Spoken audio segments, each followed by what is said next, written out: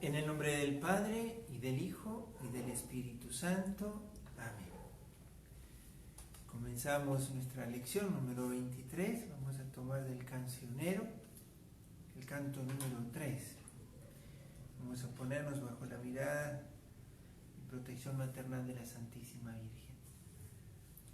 Virginal Madre de Dios, oh María, esperanza y Madre nuestra, oh María. Alegraos ángeles, exultad arcángeles, consoladnos Madre.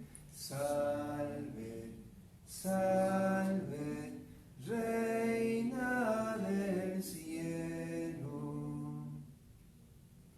Tú consuelas al que sufre, oh María. Al caído tú lo asistes, oh María. Alegraos ángeles, exultad arcángeles, consoladnos Madre. Salve, salve, Reina del cielo. Ven Espíritu Creador, nuestras almas visitan, y tu gracia infinita infunde al corazón. Tú eres el abogado, don de Dios, viva fuente, fuego y amor ardiente y espiritual unción. Fuente de 7 dones, mano de Dios abierta, del Padre rica oferta, hálito inspirador. Infúndenos tu lumbre y con tu viva llama, que el corazón inflama, dale fuerza y vigor. Aleja al enemigo, danos paz y victoria, guíanos a la gloria, divino defensor. Danos conocerte, Espíritu Divino, vivir en ti, Dios Trino, y disfrutar de tu amor. Amén. Gloria al Padre, y al Hijo, y al Espíritu Santo, como era en el principio, ahora y siempre, por los siglos de los siglos. Amén. Inmaculado Corazón de María, sé la salvación del alma mía. En nombre del Padre, y del Hijo, y del Espíritu Santo. Amén.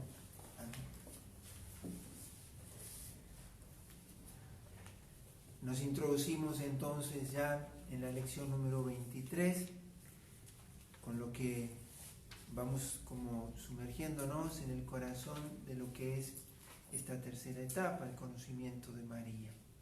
Cada vez que uno se dispone a preparar esto, a tener que escribir sobre la Santísima Virgen, hoy lo expreso allí en el texto mismo, parece al final un atrevimiento de parte de uno, ¿no? Pero bueno, por eso quiero que la lección la puedan hacer con la palabra de Dios, que el Espíritu Santo de alguna manera se sirva de esto que uno modestamente puede hacer, escribir y prepararles, pero el resto lo hagan ustedes. Hoy incorporamos algo que espero que lo podamos hacer en las lecciones que vienen también, ir tomando la palabra de Dios e irle saboreando aún más su sentido espiritual.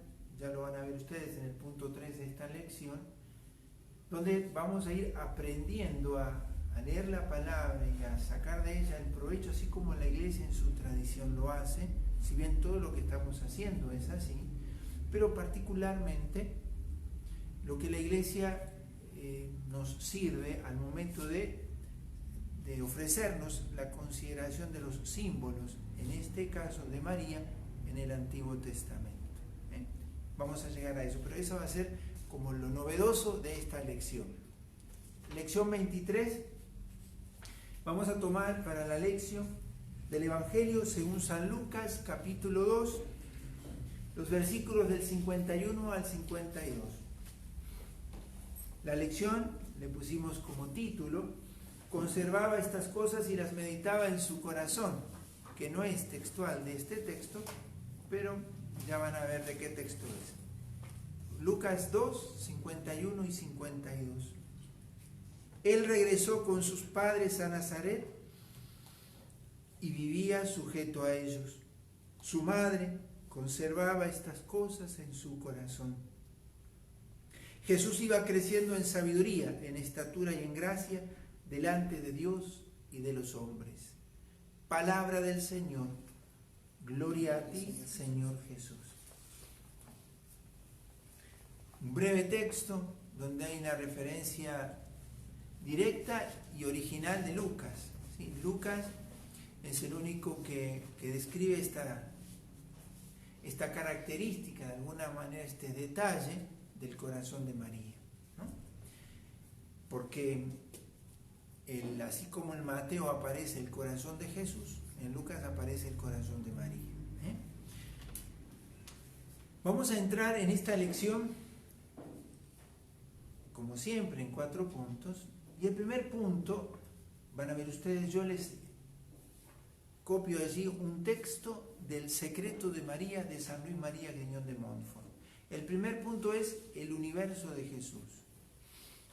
Es un concepto que ya hemos usado cuando hablamos del universo de la gracia, el universo de la Santísima Virgen, pero el universo de Jesús. Y entonces les pongo allí unos renglones del libro El Secreto de María, el número 19 del Secreto de María de San Luis. Está en la lectura espiritual, la primera que yo les di de las lecturas espirituales. Ella, hablando de la Virgen, es el paraíso de Dios y su mundo inefable, donde el Hijo de Dios entró para hacer maravillas, para guardarla y tener en él sus complacencias. Un mundo hecho para el hombre peregrino, que es la tierra que habitamos. Otro mundo para el hombre bienaventurado, que es el paraíso. Mas para sí mismo ha hecho otro mundo y lo ha llamado María. Me parece una de esos renglones, de esos textos de San Luis que merecen hasta aprenderlo de memoria y guardarlo con mucho celo, ¿no? Y en este primer punto, el universo de Jesús, lo vamos a considerar a partir de la mirada que la podemos dirigir al Gólgota. Primero, ¿por qué hablamos del universo de Jesús? Porque la referencia siempre es a Jesús. Es Él el que ahora, después de haber sido encontrado en el templo, porque este relato sucede después de aquellos 3 días en que Jesús estuvo perdido en el templo, en Jerusalén, María y José lo encuentran. María le pregunta a su hijo, ¿por qué nos has hecho esto? Y él dice, he de ocuparme de las cosas de mi Padre, ¿sí? Lo que decíamos ya en unas lecciones anteriores. Y de pronto dice Lucas, y entonces él se fue con sus padres, se sometió a ellos en la vida de Nazaret.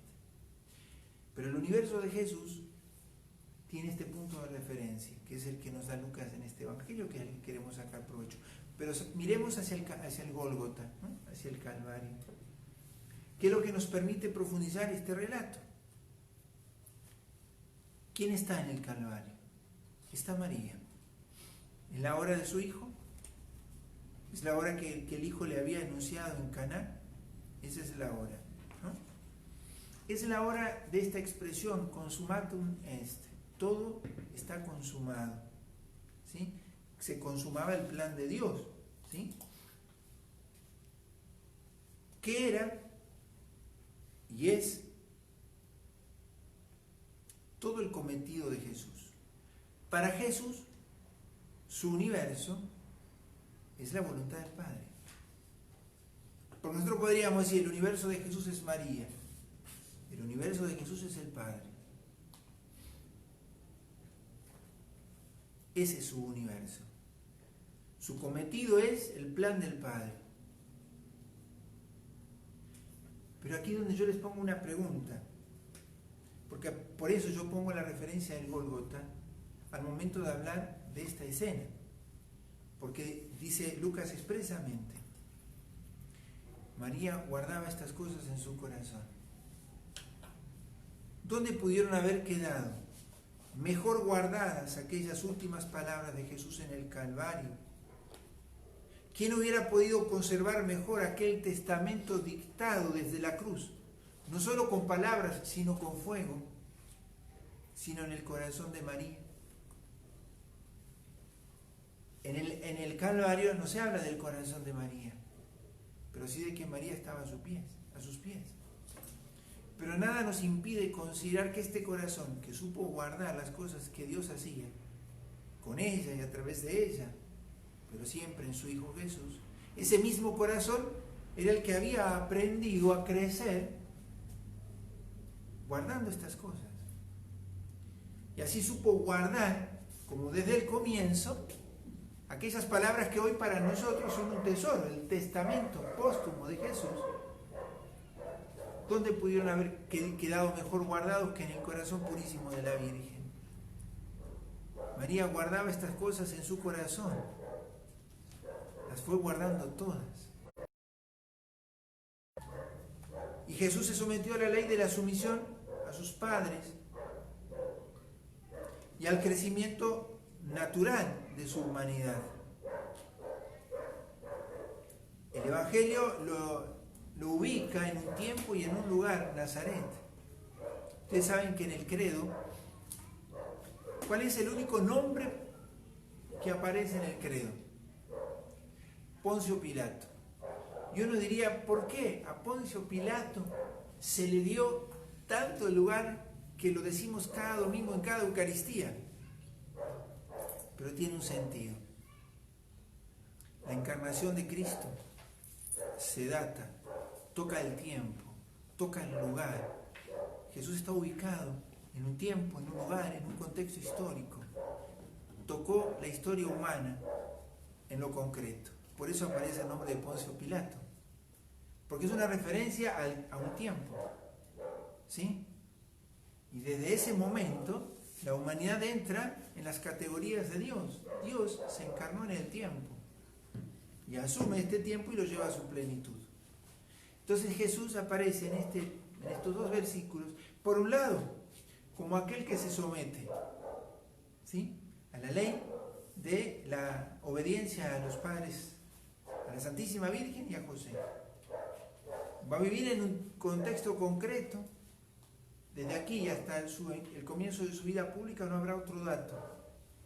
Crecerá en sabiduría y en gracia. Pero también aparece aquí que este Jesús no solo va a crecer él en su humanidad, sino que él va a crecer en la fe de María. Es María la que va a ir creciendo con su Hijo. Y esto es lo que queremos contemplar. Porque el universo de Jesús es la voluntad de su Padre. Y vamos a ver en el cuarto punto cómo esto se realiza en Jesús y en María, con Jesús y con María, por Jesús y por María. Segundo punto, el seno de la palabra. Y aquí es donde yo les digo lo que expresé al comienzo. ¿Quién se atrevería? ¿Quién osaría describir el corazón de María? Aquí el evangelista, al igual que en el acontecimiento del pesebre, con todo lo que sucedió en su entorno, en el versículo 19 de este mismo capítulo, Lucas 2:19, un solo versículo, señala que el corazón de la madre era donde se guardaban y meditaban estas cosas. Lucas es el único que hace esta referencia al corazón de la madre, ¿sí? Corazón que sabía guardar y sabía meditar estas cosas. Estas cosas son las de su Hijo, las del Padre. Y entonces aquel niño que una vez comenzó a crecer en su vientre, sin comprender ella cómo, de pronto el Espíritu Santo hizo el milagro, ¿sí?, en su seno, en su tálamo nupcial, como aparece como figura en el Antiguo Testamento, el esposo, el Espíritu Santo, va a ser fecundo el vientre de María. Allí, sin saber ella cómo, su hijo comenzó a crecer. Pero ese hijo seguía creciendo. Ella le vio nacer. Le va a seguir viendo crecer. Aquí aparece expresamente en el versículo 52. Pero también Jesús iba creciendo en su corazón. Por eso, A la Virgen se le llama bienaventurada. ¿Por qué? Porque fue madre de Jesús. Los padres de la Iglesia nos recuerdan esto. María, y lo decíamos en la lección anterior, María es más bienaventurada por haber creído que por haber dado a luz a Cristo. Porque la bienaventuranza le viene de haber creído que Dios podía hacer con ella todo cuanto Dios le anunciaba. Se lo dice Isabel, bienaventurada por haber creído. Bienaventurados los que escuchan la palabra de Dios y la cumplen. Recuerdan que lo decíamos en unas lecciones anteriores. Allí tienen la cita. Lucas 1, 45 y 48. Lucas 11, 28. Felices los que escuchan la palabra de Dios y la cumplen. Es una bienaventuranza para la Virgen. Y aquí pongo otra pregunta. Esta lección, que parece tan breve, porque son solo 2 versículos, lo podríamos aprender rápidamente de memoria, pero de pronto nos sumerge en estas cosas. ¿Hubiera sido lo que es María sin Jesús? No, absolutamente. Ella es en referencia a Jesús. ¿Sí? Nosotros adoramos a Jesús. A María la veneramos. Tenemos el culto de hiperdulía. Nosotros en ella celebramos las maravillas de Dios. A María no se la entiende sino en Cristo. Todo lo que a María nosotros le tributamos es por ella a Cristo. Porque ella se entiende en esa referencia. El fin de nuestra consagración es a Cristo. ¿Por quién? Por María. Ahora, si eso es, ¿no?,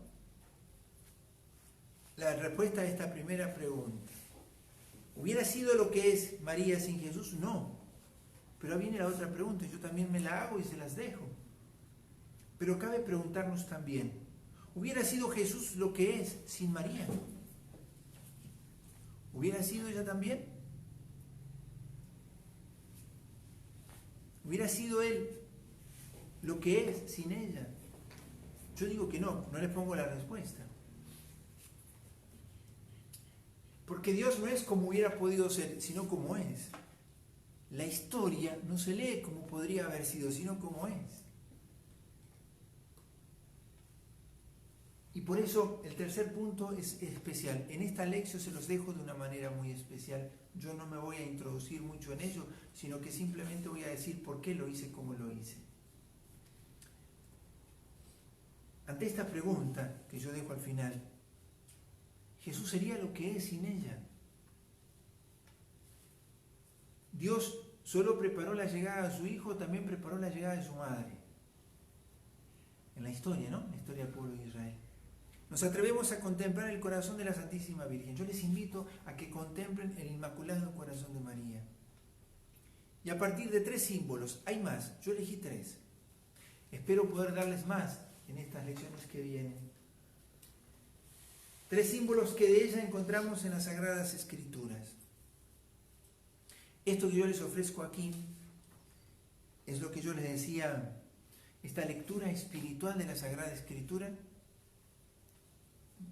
sacando la simbología, el sentido espiritual que educa mi fe, mi esperanza y mi caridad, en esa lectura que la Iglesia hace de la revelación mirándola desde Cristo. Estos símbolos con Cristo adquieren un sentido que educa nuestra fe, nuestra esperanza y nuestra caridad. 3 testamento. El paraíso terrestre. La paloma con el ramo de olivo que suelta Noé y la zarza ardiente. Ustedes lo leerán solitos. Si bien esto yo lo extraje de alguien que ya ha hecho este trabajo, hay libros que se dedican a estas cosas, de podernos sumergir en la Sagrada Escritura. Yo sinteticé y se lo armé muy simple. El paraíso que se preparó para sí mismo. Los cuidados que Dios debió haber puesto para prepararse este paraíso, para crearnos el mundo a nosotros. ¿No? Hizo toda esta maravilla que existe. ¿Cuántos cuidados no habrá tenido para cuidar el paraíso en el que él habitó? La paloma con el ramo de olivo. Ese es el más extenso. Parece que tiene que ver con María. Y ahí yo se los escribo, ¿no? Y me quedo con el último párrafo. Ustedes tienen allí 4 puntos de eso, ¿no es cierto? 5, perdón. En el último párrafo, cuando ya terminan, dice, la paloma enviada por Noé volvió con un ramito de olivo. Porque no encontró dónde posarse y volvió.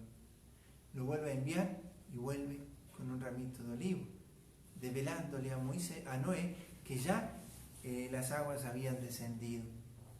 María se presentó al mundo sumergido en el diluvio del pecado, agitando el ramo del olivo, símbolo del fin del diluvio espiritual, el olivo de la paz, de la próxima reconciliación del cielo con la tierra, de Dios con el hombre. Ese olivo que viene en el pico de la paloma es también un símbolo de Cristo. ¿Sí? Es en un árbol que el hombre alcanza otra vez la salvación. Es este árbol que le anuncia a Noé que ha pasado el diluvio, ¿no? Pero también aparece la paloma como signo de la Virgen. Allí tienen ustedes todo descrito. Yo quiero que ustedes lo hagan y a esta lección y que saboreen esto. Esto es lectura espiritual. Eso que nos permite el Espíritu Santo. Es como seguir exprimiendo el lagar y sigue el vino dándose. Tan rica es la revelación que el Espíritu permite entrar en sus bodegas, como dicen los padres de la iglesia, y encontrar la abundancia del vino cada vez más sabroso. Saboreen esto. Saboreen lo que de María fue preparando Dios en el Antiguo Testamento. El cuarto punto, que ahí vuelvo a lo que decía yo, lo del Gólgota, ¿no? Jesús iba creciendo, así lo dice aquí este Evangelio de Lucas. Esta sola expresión nos remite a la vida de Nazaret. Por lo tanto, a la misión formadora de María. Jesús fue creciendo. ¿Bajo la mirada de quién? ¿Bajo la sombra de quién? De María. Bajo cuya mirada, ¿sí?, el Hijo creciendo en sabiduría y en gracia. Entonces vemos a María por esta puertita, en su misión de formadora. Madre en todas las dimensiones que hacían a la vida humana de Cristo. María, allí está expresado, es educadora del alma humana de Jesús. Por eso los rasgos que de María tiene Jesús no son solo rasgos físicos, porque María también formó su alma humana.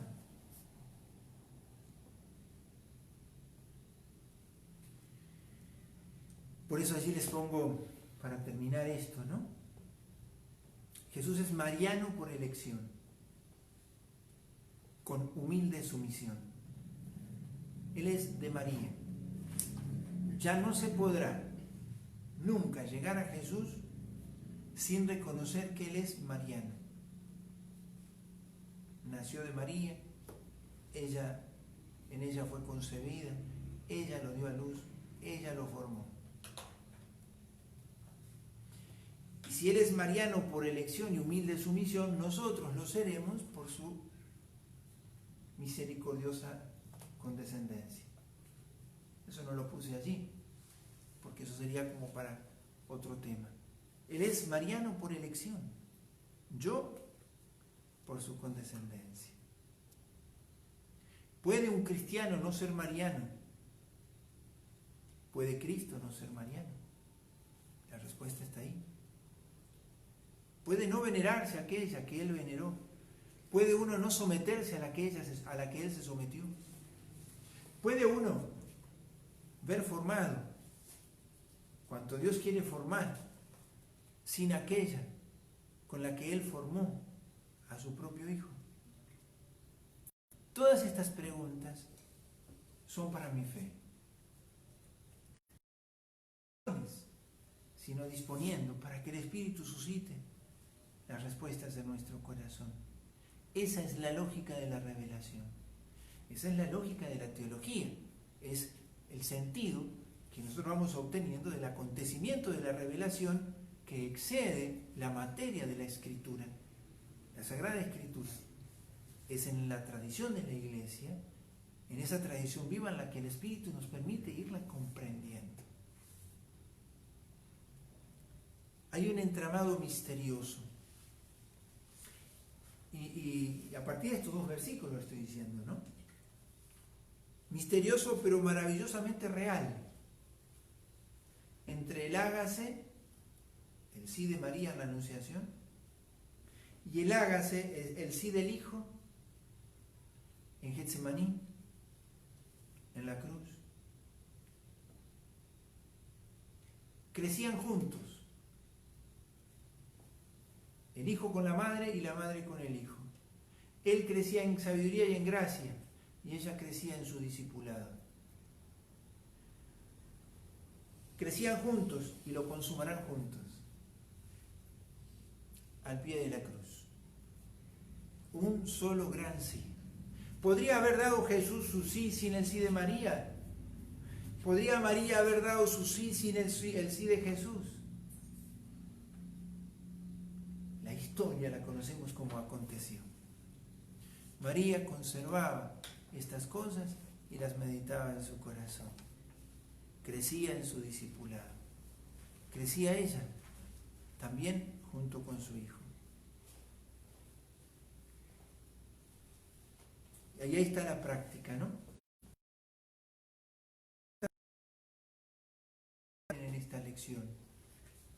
El sentido espiritual de las Sagradas Escrituras nutre nuestra fe, esperanza y caridad. Experimentemos en ellos la madurez de la palabra de Cristo en nosotros como en María. La palabra madura en el que la acoge y la guarda. ¿Sí? María es parte de la revelación, como son los santos. Los santos son reveladores de Dios. Es en quienes la palabra de Dios mostró toda su virtualidad. Esto ya lo hemos hablado cuando decíamos lo del árbol y sus frutos. La santidad son los frutos de un árbol que madura en sus frutos. Agradece a Dios tanto que ha destinado para ti a la Santísima Virgen. Contemplar, guardar, gustar estos textos y agradecer. Contempla en silencio y con admiración la virginidad de María. Pide la virtud de la castidad y de la pureza. El universo de Jesús será el mismo universo de la Virgen, la voluntad del Padre. Tanto uno como otro, como la Virgen, quieren sumergirnos en ese universo. Y entonces pedir esta gracia. Entonces, ¿por qué la palabra encontró este seno, el corazón de María, donde poder dar a luz tal obra? Su sí unido al de su Hijo. De ahí viene el sentido de su virginidad. Siempre permaneció como un seno para Dios. Dio a luz y permaneció siendo virgen. No solo en su cuerpo, sino porque su alma nunca se manchó por el pecado. Su virginidad tiene una significación maravillosa, porque ella sigue siendo fecunda, sin dejar de ser toda de Dios. Sigue siendo un tálamo cerrado para Dios, un huerto cerrado, va a decir el Cantar de los Cantares. María sigue siendo de Dios, ¿sí? Pero la vamos a contemplar en esta escena simple. Jesús regresó con sus padres a Nazaret y vivía sujeto a ellos. Su madre conservaba estas cosas en su corazón. Y así la contemplamos en el Gólgota. El Hijo crecía en ella y ella crecía con su Hijo. Un gran sí que se consuma allí en la cruz. Y pensar que ese es el sí que se perpetúa en la Eucaristía, ¿no? Maravilloso misterio en el que se conjuga el sí de Dios y el sí de la criatura. Si no, no hubiera habido Eucaristía. Por eso nuestra vida adquiere en la Eucaristía su forma. Ya lo vamos a ver cuando veamos en la cuarta etapa. Vamos a ver eso. Nuestra vida tiene su forma en la Eucaristía, donde el sí de la gracia y el sí de mi libertad sigue siendo una ofrenda agradable a Dios. Y eso es María, grata a los ojos de Dios, en favor nuestro. Conservaba todas estas cosas en su corazón. Y así el Señor animaba siempre su sí. Y les dejo allí los números del catecismo sobre la virginidad, porque sería bueno que lo estudien. Hay muy buenos detalles allí, como eran muchos yo no los transcribí, me parece muy bueno que los pudieran, porque no sabía cuál elegir, y dije no, tomen todos, tampoco son tantos, pero allí aparece lo de la virginidad de María, qué quiere decir los hermanos de Jesús, aparece allí en el catecismo. Vamos a entrar en la lección de niños, ¿sí? Vamos a cantarle a la Virgen el himno de la consagración de niños, ¿sí?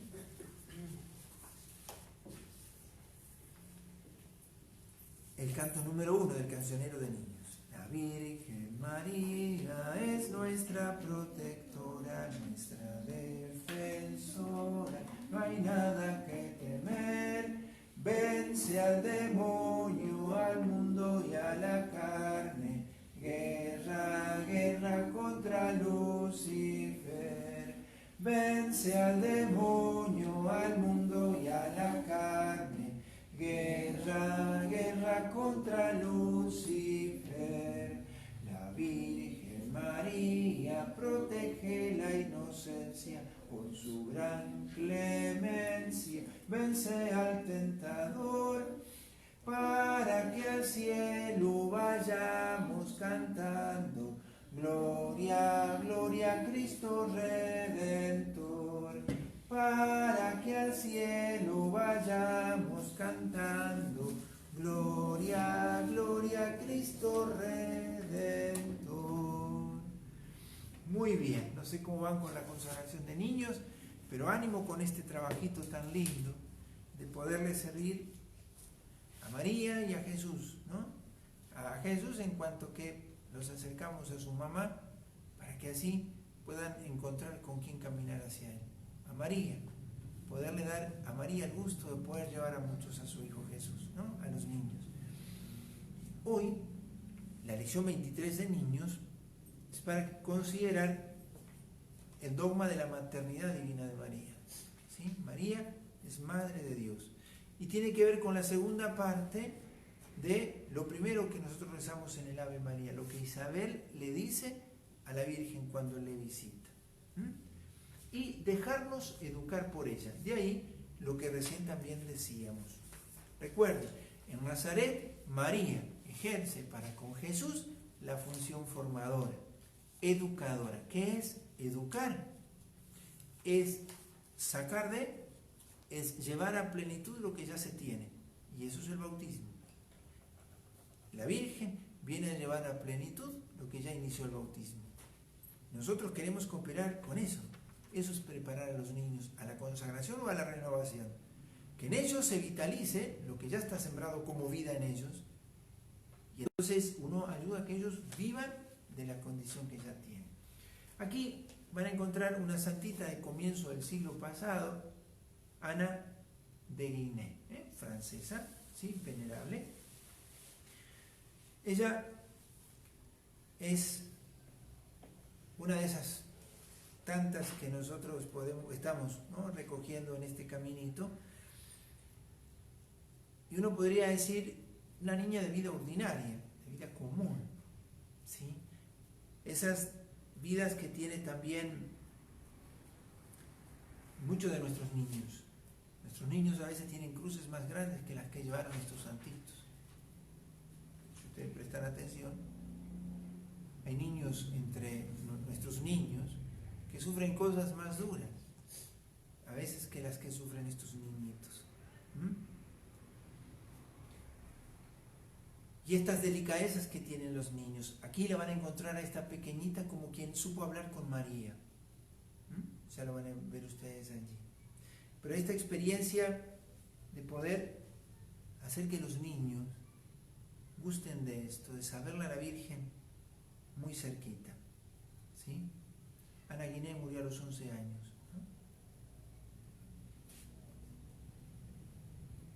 Y ahí tienen el texto de Zacarías, en la visita de María Isabel, ¿no? Entonces, poder hablar de la maternidad de María no es tan simple, porque a nosotros nos desafía, ¿no? Pero cada vez que rezamos el Ave María, hemos de ayudarle al niño a que tome mayor conciencia de eso que está diciendo, lo que Isabel va a confesar: Madre de mi Señor, ¿sí? Dios te salve María, llena eres de gracia, el Señor es contigo. Hasta ahí lo que dijo el ángel. Bendita tú eres entre todas las mujeres y bendito el fruto de tu vientre. Bendita entre todas las mujeres y bendito el fruto. Ella, Isabel, le va a llamar Madre de mi Señor. Reconoce en el fruto bendito de su vientre al mismo Hijo de Dios. Por lo tanto, si es fruto bendito de su vientre, ella es Madre de Dios. Lo tienen allí en lo que sería la enseñanza de la lección 23. Y esta María, tienen allí dentro de eso también, la descubrimos cooperando directamente con la obra de Jesús. Pero no solo en Jesús, porque la obra de Jesús no es Él, es Él en nosotros. Jesús le confía a María el completar la obra, ella a tus hijos, porque Jesús no es todo Él sin nosotros. ¿Cómo poder compartir esto con el niño? Que mamá María, la Santísima Virgen, quiere educarte, quiere hacerte parecidito a Jesús. Cuando yo estaba en Feliciano, siempre recuerdo esa canción que le escribimos, ¿sí? Yo creo que alguna vez se las he dicho. Es una canción que hicimos para cantarle a los niños y la hacíamos casi todos los domingos. Después los niños lo aprendían de memoria, ¿sí? Una canción que expresaba esto, ¿sí? El pedirle a la Virgen que de alguna manera nos hiciera como lo hizo a Jesús.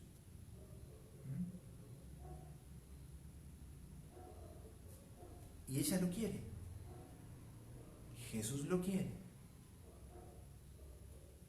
Entonces, aquí nosotros en esta lección nos centramos en esta realidad de la fe. ¿En qué medida María es formadora de la almita de nuestros niños? Enamorarla de las cosas de María, enamorarla de las bellezas de María, enamorarlas de aquellas noblezas con las que Dios la revistió. Pero que eso no la hace lejana a nosotros. María no es una estampa, no es una estatua, no. Sino es alguien que ejerce hoy realmente en el cielo y en la tierra su función de formadora, su misión de formadora. María permanece con su alma en la tierra, porque Jesús le confió una misión. ¿Sí? Y la Virgen sirve a dar a luz plenamente a Cristo en cada uno de nosotros. Pero esto, quienes acompañamos en la consagración a los niños, tenemos que nosotros nutrirnos de eso. Compartirle eso a los niños. Cuando rezamos el rosario, que estamos haciendo, además del examen de conciencia, decíamos, y las 3 Ave Marías, está el misterio del Santo Rosario. Y rezarlo después de decir esto. Al recitar las Aves Marías, estamos dejándonos hacer por ella. ¿Cómo? Materialmente a veces no lo vemos, ¿sí? Pero el Espíritu Santo está trabajando en nosotros por la repetición de aquellas palabras de la Sagrada Escritura, porque nos ponemos así, de alguna manera, bajo la mirada de aquella bajo la que se puso Jesús en Nazaret. Jesús creció a la sombra de la Virgen. Pero esto que parece una figura es una realidad. Y eso es lo que a veces a nosotros nos falta saltar. Es la dimensión de la fe. Cristo vivió 30 años bajo la mirada de la Virgen. Y la Virgen en su vida, en la vida de Jesús, perdón, ¿no? La vida pública de Jesús, pasó casi desapercibida. Cuando aparece una mención en su vida pública, es casi que la Virgen mismo evita que de ella se diga algo, 1, 2 veces, 3, excepto en la boda de Caná, después la discreción de María. Pero ¿dónde está María en la vida pública de Jesús? En sus 30 años de Nazaret. Ella le imprimió a Jesús eso. A nuestros niños, ¿cuánto puede imprimirle María? Si nosotros les hacemos gustar de orar el Ave María y de gustar la Sagrada Escritura. Y el misterio que les ofrezco es el cuarto de gloria, ¿no? Los ángeles llevan al cielo eternal la Virgen bendita con gloria triunfal. Ave, ave, ave María, ave, ave, ave María. Y la estación del Vía Crucis es la cuarta estación, el encuentro de Jesús con su madre. Podrían contemplar esa escena. No es una escena bíblica, no está escrito en la Biblia, ¿no? Pero la tradición conserva ese momento que ningún... Recuerden, están consumando el único sí que la madre le permitió al hijo y que el hijo le permitió a la madre, ¿no? Y en ese universo es donde nosotros queremos incorporarnos, donde el Señor por gracia nos incorporó, pero en el que queremos vivir.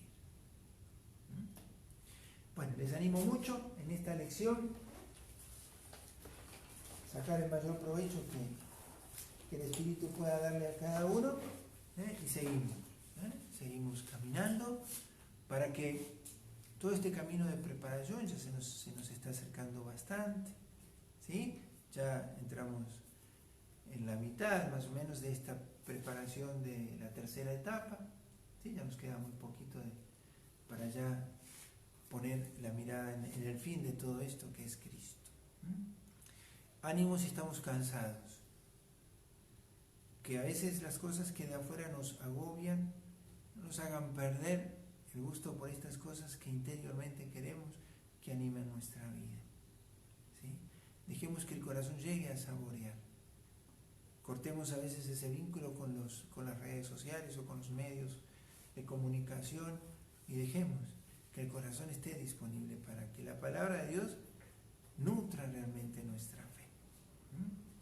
Hacemos a la Santísima Virgen nuevamente un canto, vamos a encomendarnos a ella. Vamos a hacer el canto número 2 del cancionero de niños. Esa canción tan sencilla, si la saben la cantamos juntos, si no la vamos a ir aprendiendo.